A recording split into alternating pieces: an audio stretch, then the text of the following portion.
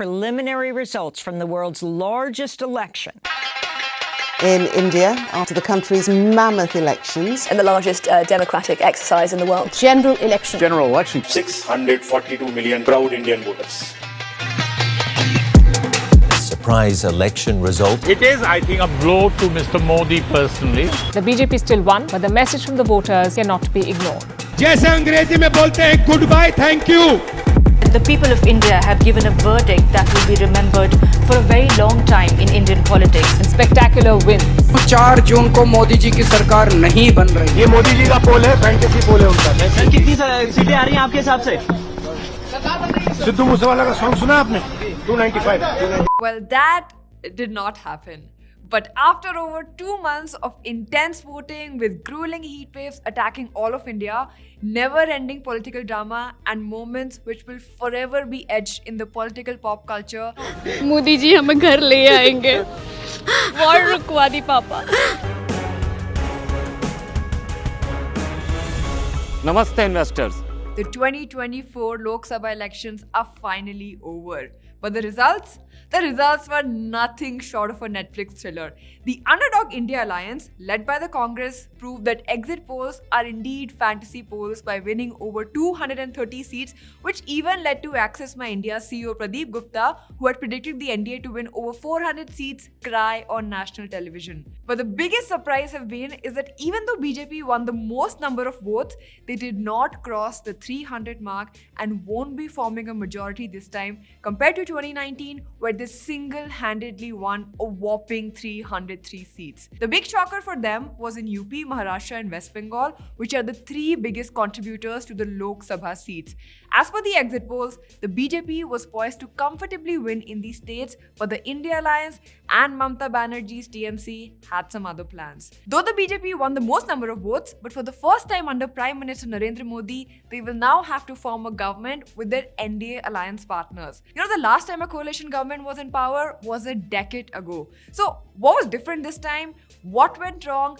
How did the Congress and its India alliance put up a strong performance? And most importantly, what does it mean for India, India's policies, markets, and for people like you and me?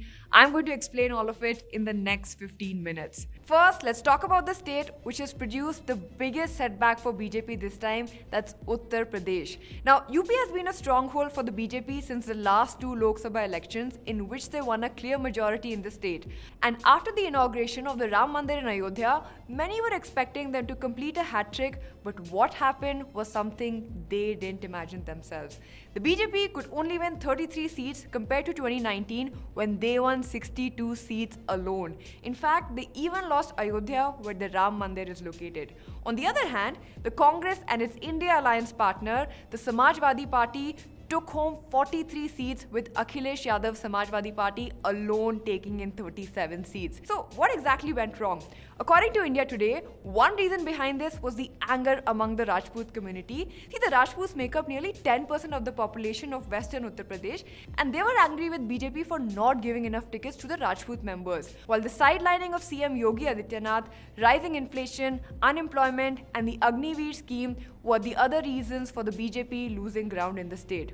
On the other side, Samajwadi Party's Akhilesh Yadav's emphasis on Pichhde, Dalit, Alpsankhyak combined with a focus on farmer issues, joblessness, paper leaks and rising prices turned out to be one of his best election strategies backed by intelligent candidate selection. Their party managed to win over Dalits and Jats who were till now seen as traditional BSP voters. The election has also shattered the hypothesis that Dalits and Yadavs can never unite in Uttar Pradesh. Moving on to Maharashtra, the BJP and its allies could only win 17 seats compared to the exit polls' prediction of 30.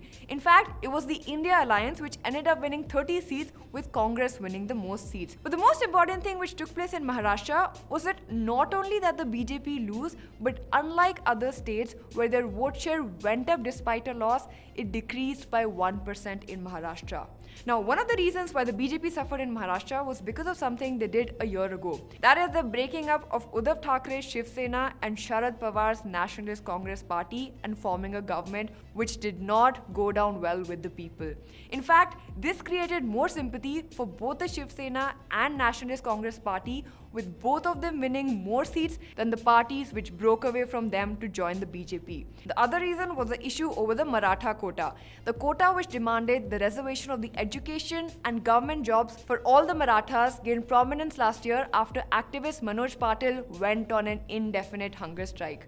Although the BJP government agreed to reserve 10% of government and educational jobs for all the Marathas, cases were registered against the protesters and the demand for including all the Marathas under the OBC category was not fulfilled, which further agitated the Maratha community. Lastly, restriction on onion exports angered the farmers in the region, further aggravated anti-incumbency sentiments against the ruling BJP-NDA alliance in the state. Now, let's look at West Bengal.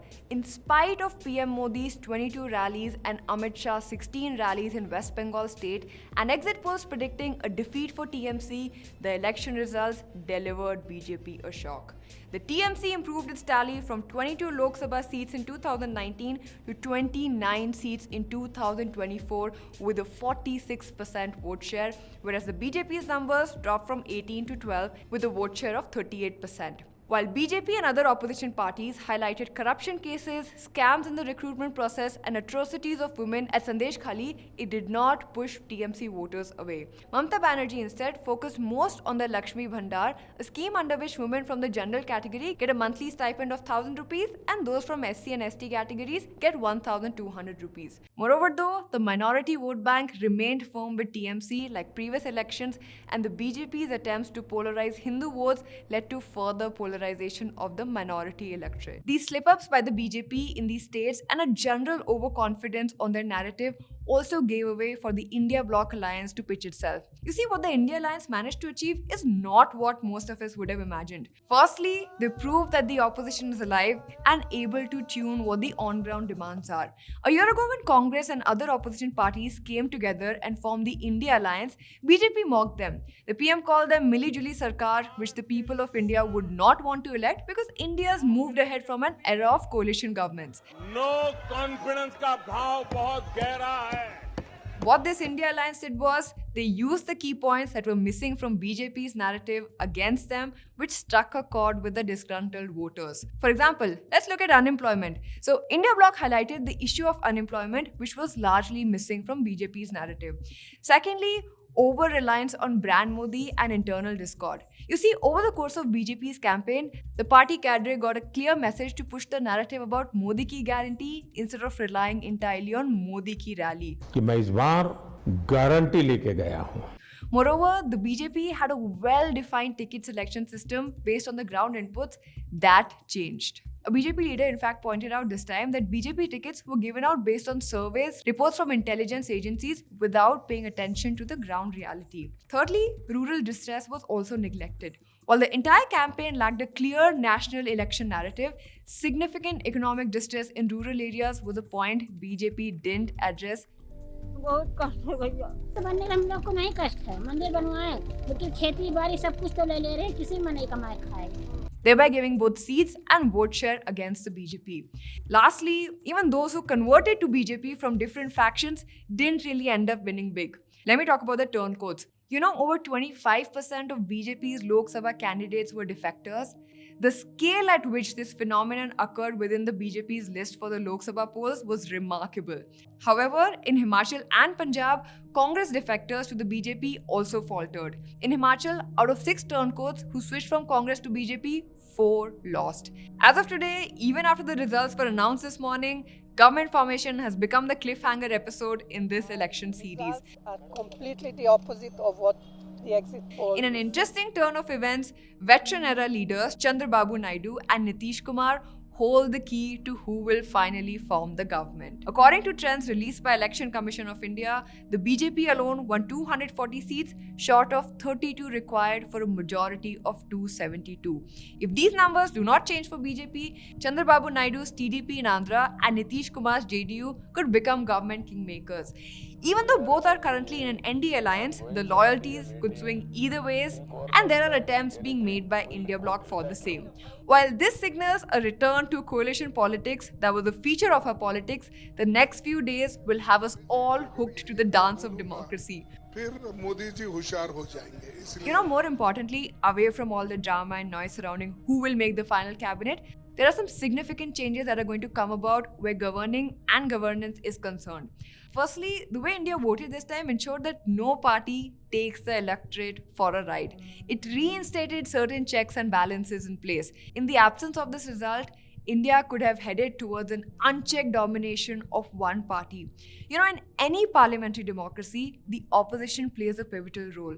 It's the opposition that holds the government accountable, scrutinizes its actions, and provides alternative policies. They ensure that the ruling party represents the voices of those who did not vote for this ruling party, ensuring that their concerns and interests are also considered in the policy-making processes. So, for the first time in many years, we finally have an opposition that not only gained significant seats, but has also shown a unity and resolve that they were previously lacking. The new government that now comes into power will have to balance the challenge of economic growth with inclusivity and pay attention to issues like unemployment and rural distress. From the citizens' perspective, the party that forms the government will have to really prove its mettle and be accountable to the people. The government will need to balance between growth and welfare for those who won't survive without it. Lastly, I also need to call out that coalition government do have their own setbacks. You see, dependence on allies in making key policy decisions and sharing certain cabinet seats can also lead to policy paralysis and uncertainty in the government's functioning. So I was reading 2 papers on the impact of the new government on the nation's policies and markets, which stated that despite the opposition's promises of increased welfare measures, the BJP has always presented a growth-oriented, investment-centric manifesto leading up to the elections.